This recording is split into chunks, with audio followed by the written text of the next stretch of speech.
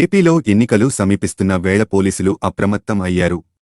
చెక్పోస్టుల దగ్గర, టోల్ ప్లాజాల దగ్గర తనిఖీలను ముమ్మరం చేశారు. ఈ క్రమంలో సోదాలు చేస్తుండగా పశ్చిమ గోదావరి జిల్లాలో భారీగా బంగారం పట్టుబడింది. భీమవరం పోలీసులకు పక్కాగా వచ్చిన సమాచారంతో పోలీసులు గురువారం తెల్లవారుజామున భీమవరం టౌన్ రైల్వే స్టేషన్ రోడ్డులో బంగారం అక్రమ రవాణాకు పాల్పడుతున్న 10 మందిని అదుపులోకి తీసుకున్నారు.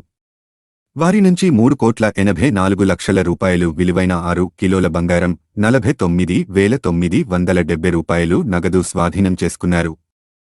పోలీసులకు దొరికిన వారిలో తూర్పుగోదావరి జిల్లా కోరుకొండకు చెందిన చలకల అరవింద్, చలకల సాయికిరణ్, వీరసాయి, రాజమహేంద్రవరానికి చెందిన దాసరి గణేష్, కోళ్ల వెంకట కాంతారావు, వంకా వెంకటేశు, అవిడి హేమంత్ వినయ్, గూన వీరవెంకట రమణ, గొడ్డు పైడిరాజు, వాసు ఉన్నారు.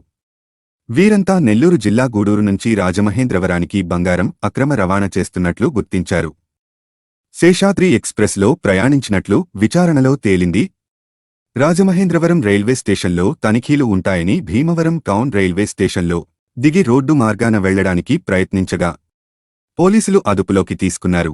మార్పు కోసం మనం సైతం media buzz Telugu news channel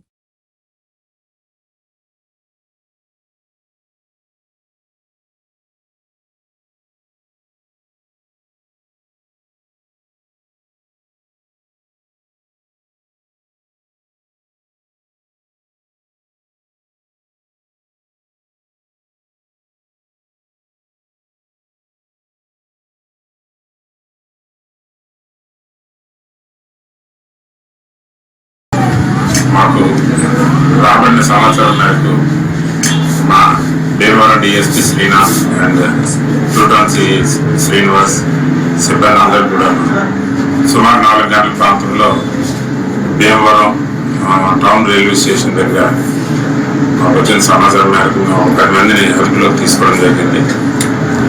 అనుమానం మీద వాళ్ళందరినీ చేస్తే వాళ్ళ దగ్గర వాళ్ళు అక్రమంగా బంగారం రవాణా తయారు చేస్తున్నారని తెలిసింది. సో వాళ్ళ దగ్గర నుంచి సుమారు 10 మంది మొత్తం వాళ్ళ దగ్గర నుంచి 3,84,00,000 వర్త్ బంగారాన్ని ఏ విధమైన బిల్లులు లేకుండా వీళ్ళు గూడూరు నుంచి రాజమండ్రి తీసుకెళ్తున్న క్రమంలో అక్కడ చెకింగ్లు అవి ఎక్కువ ఉన్నాయని చెప్పి భీమవరం దిగి బై రోడ్ వెళ్ళాలని అనుకున్న కారణంలో మాకు వచ్చినటువంటి సమాచారాలు పడుతున్నాం. వాళ్ళ దగ్గర నుంచి ఈ బంగారాన్ని అంతటిని కూడా స్వాధీనం చేసుకున్నాం.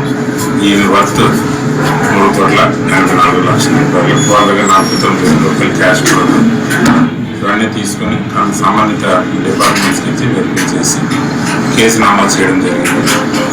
కూడా వాళ్ళకి ఇచ్చి తదుపరి దర్యాప్తు అనేది చేయడం జరిగింది.